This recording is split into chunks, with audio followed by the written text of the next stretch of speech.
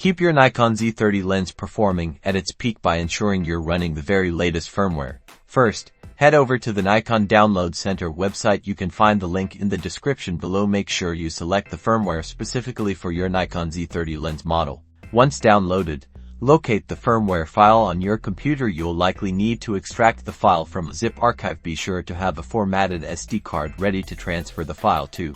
Now, copy the extracted firmware file directly onto the root directory of your formatted SD card. After copying, safely eject the SD card from your computer.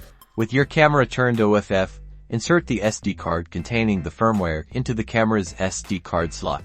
Power on your Nikon Z30. Navigate to the Setup menu. Scroll down until you find the firmware version option and select it. You'll see the current firmware version and the new version available on the SD card. Select Update and follow the on-screen prompts. It's vital that you do not turn off the camera or remove the battery during the update process. The update process may take a few minutes, so be patient. Once the update is complete, the camera will prompt you to turn it off and then back on.